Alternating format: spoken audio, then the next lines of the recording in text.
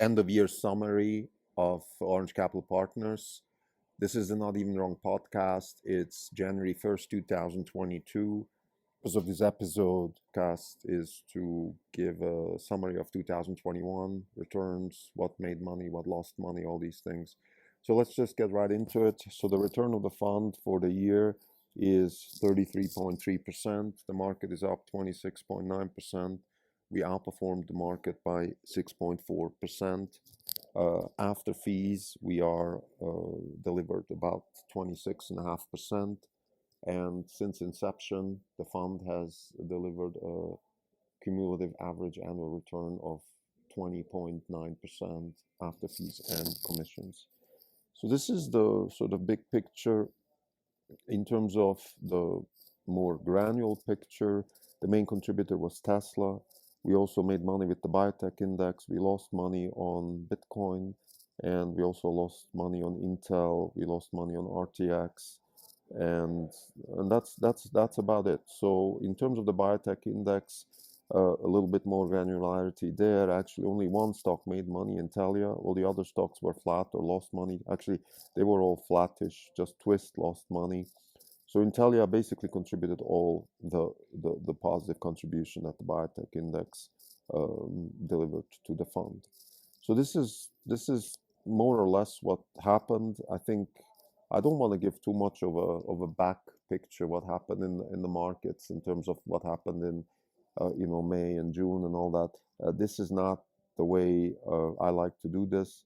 I think there's a couple of things I want to say. In terms of Tesla, I think Tesla has shown this year that the company is not just able to consolidate out of a very difficult COVID year, but also basically has delivered the inflection point where demand for electric vehicles is not just some sort of nice fad, but it's a real thing. I think the iPhone moment basically happened this year, and this propelled Tesla to even deliver further upside. When it comes to I would say this is the main contributor. Maybe on the disappointment side, we had the FSD still being sort of in the try and error phase. Maybe we would have expected a little bit more last year on the FSD side. However, just in the recent interview that Musk gave with Lex Friedman, he was again very positive on FSD. And I think the way we should think about FSD is that it is going to have an asymptotical performance characteristic until there's a new game changer. And in our view, this has to be something driven by self-supervised reinforcement learning, self-play. Those types of things will have to play a bigger role for Tesla to get to the next level. In terms of the Biotech Index, I would say definitely a disappointing performance this year. But there was one highlight. It was Intellia. Intellia had great results end of June, early July, where they showed in vivo efficacy on one of their CRISPR technology drugs. And without going too much into detail, I think what's great about this result is two things. One, of course, it works, which is great for the patients and great for the company and investors. And the delivery method that they used to do the in vivo editing is also part of the platform technology that Intellia is using, and that's what's so exciting. Other than that, we had the IPO of Caribou Biosciences, which is sort of actually the mother company of Intellia and many other interesting companies that are in the CRISPR space, because it was the first company that was founded out of the CRISPR lab with Jennifer Doudna and others involved, and that's been relatively disappointing.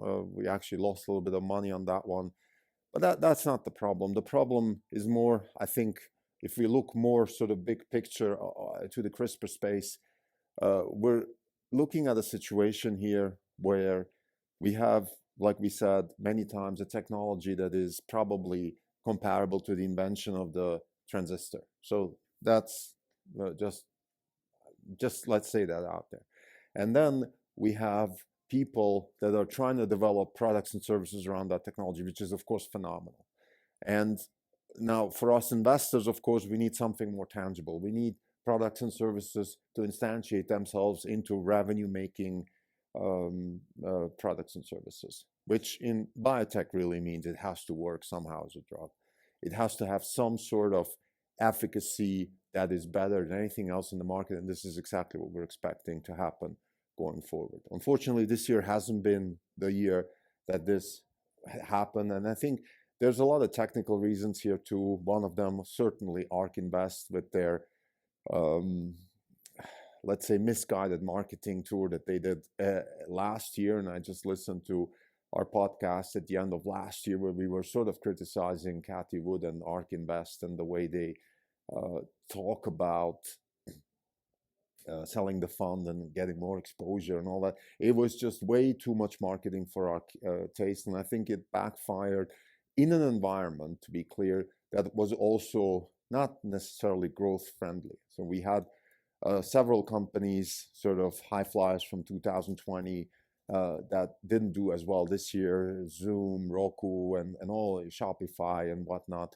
So there's a lot of companies out there that have done very well during the 2020 period when we had this massive surge in stocks that was driven by the Fed and by cheap money and zero interest rates and all that stuff. And then we had interest rates going up early this year, 2021, and then some of these growth stocks coming down, and then they didn't recover. So that was part of that. I think we also had some, let's say, pedestrian results by some of the companies, Editas and CRISPR, which we both actually exited. So that was part of the reason too, that probably it wasn't the most successful situation when it comes to the actual delivery of results. And then, well, where do we stand today at the end of 2021? We are looking at a situation where we have NTLA as a high flyer, again, as a company that in our view is delivering on all its promises, including the stock. We have TWST down almost 50% this year. TWST is a very interesting company. It was one of the best performers last year in 2020, and it was our worst performer this year. We kept it because it has contributed quite a bit to our P&L, even after this bad performance this year. I think the fundamental idea of TWST is that it's a disruptor. That's the key. TWST is a classic disruptor in sort of the true sense. They're coming from maybe a pretty expensive, complicated,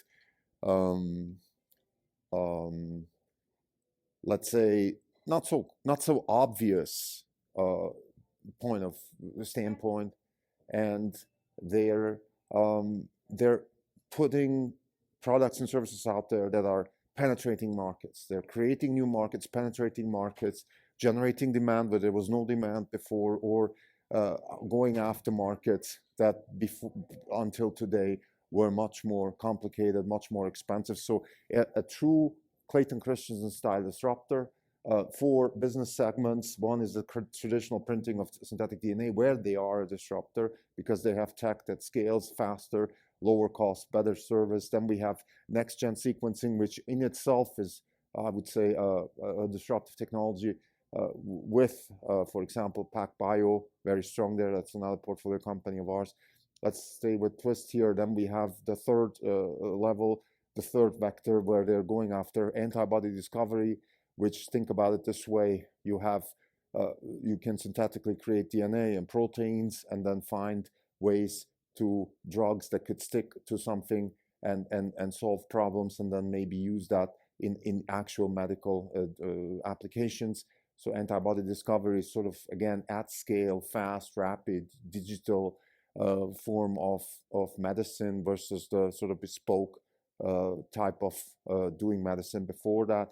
And lastly, the DNA storage, again, a massively disruptive technology if it works, because it could be very good for certain types of storage. And right now it's more sort of the long term and stuff that maybe traditional storage it's not very good. They're talking about this in the presentation, that it's more things like, let's say, the US Constitution, or things that have to be around for more than 50 years. That could be good for DNA storage. But we could see once that market gets penetrated, then maybe other markets get penetrated too, and we could actually have a true disruptor here. So Twist, again, very interesting. PacBio in this sort of next-gen sequencing space, again, very interesting, because we believe the PacBio is coming from a long-read, expensive, sort of bespoke type applications towards going towards much more broader applications, again, lowering cost, increasing value, faster throughput, faster scalability, doing more with long reads at lower cost, increases markets, increases market share, all these things.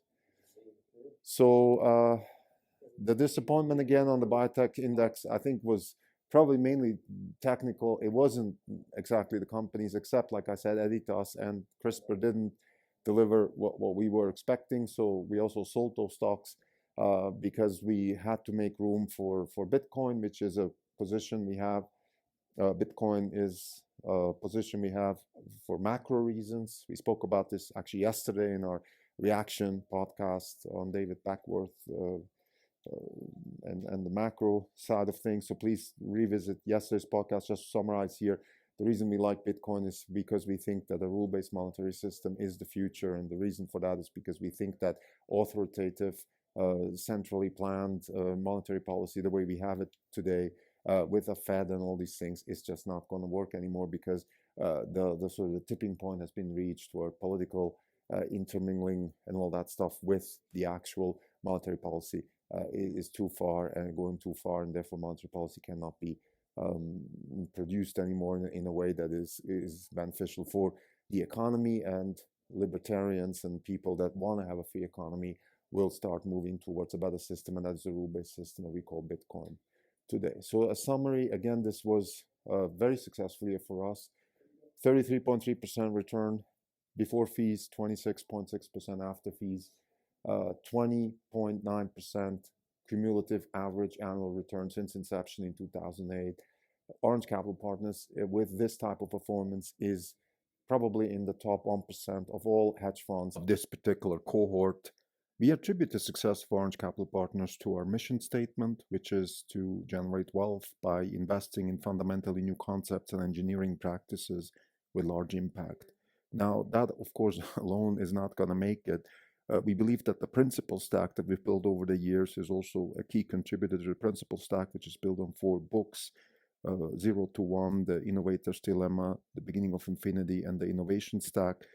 Please visit our website for more information. We have a white paper on this. We explain our principles because we believe that investing in risky companies or in risk and wealth generation is inherently uncertain, because like the basics of, let's say, 0 to 1 will tell you that you're investing in something which has never been done before. So therefore, there's no such thing as extrapolation. You can't just think, well, how has this been done in the past and what can we use for the future? Even the wealth generators of the past, the Rockefellers and the Disneys and the Steve Jobses and all these people, they are almost no help for the future of wealth generation. The future of wealth generation is by definition going to be unique, bespoke, because that's what wealth generation entails, something that nobody else has done before, and certainly also many other things, but this is one of the key things. Now, we try to navigate this whole uncertain world of wealth generation by building our investments on principles. The principle stack is what we call the key of our investment strategy, and we believe that this is certainly part of the reason why we were so successful. By the way, when I say successful, what I mean is that to achieve over 20% cumulative average growth rate, so and every year you make over 20%, and based on the same capital, so you start with $100, you have 120, then the 120 gets you to 144, and etc., etc.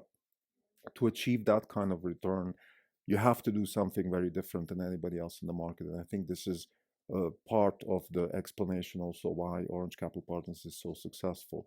In other words, we don't just follow disruptors, we are also disrupting the industry with our own strategy. Part of that is, of course, following the iterative approach, but also having a cost structure that allows us to do this. Thank you.